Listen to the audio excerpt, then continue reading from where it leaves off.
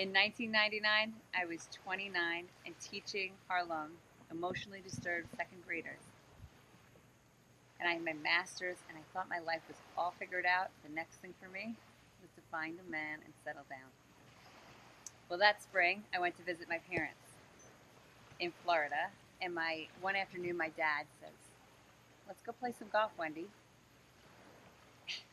Golf was not an interest of mine. I had zero interest. I thought the sport was boring, to tell you the truth. And I mean, I played Division One lacrosse in college, and I just liked more active sports. But of course, my dad convinced me, and I was on the range with him hitting balls. And when I was banging balls, I actually hit them pretty good. I didn't know what I was doing, and I remember overhearing these guys talking to my dad, saying, "Joe, your girl can hit it. She's got talent. She's better than you." And my immediate reaction was, "Of course, I'm an athlete." And again, we went on the golf course, and on the sixth hole, another guy says, "Joe, your girl's got talent." That night at dinner, my dad's sitting down, and he just looks at me and goes, hey, Wendy, why don't you give this golf game a try?" Well, being the athlete that I was and am, I just was so excited. My mind was racing. Of course, this would be my second go at it. I never really tapped into my talent when I was in high school. But then I thought, my other part of my head goes, golf at 29? That's nuts. A year and a half later, I'm at the Butch Harmon Golf School. I wanted to know what the number one teacher in the world thought of my talent. And by the third day, I got the chance to watch Butch work with one of his players. And I'm watching this gentleman hit one after another, and it was just pure.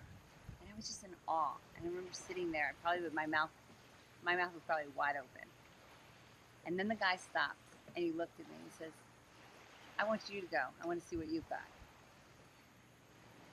Well, my heart was in my throat. And I walked up with a 9-iron, thank goodness. And I got up to his perfect dirt patch. And I hit 3, I thought, pretty good 9-irons. Thank God they went in the air, in front of Tiger Woods. Well, that next day I got home to New York, and I told my dad, "I met Tiger Woods. I hit balls in front of Tiger Woods." And the Harmon guys, they want to help me.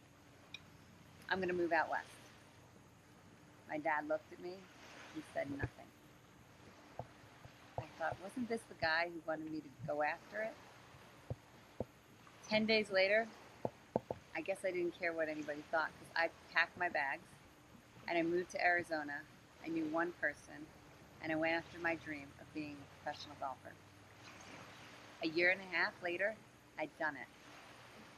I was a touring pro for 7 years, and during that time, I remember I would come home in between tournaments, and anytime I came home, I still was working on my game. And one of my mom's good friends' granddaughter, her name was Mary, came to hit balls with me one day, and she was 16 years old.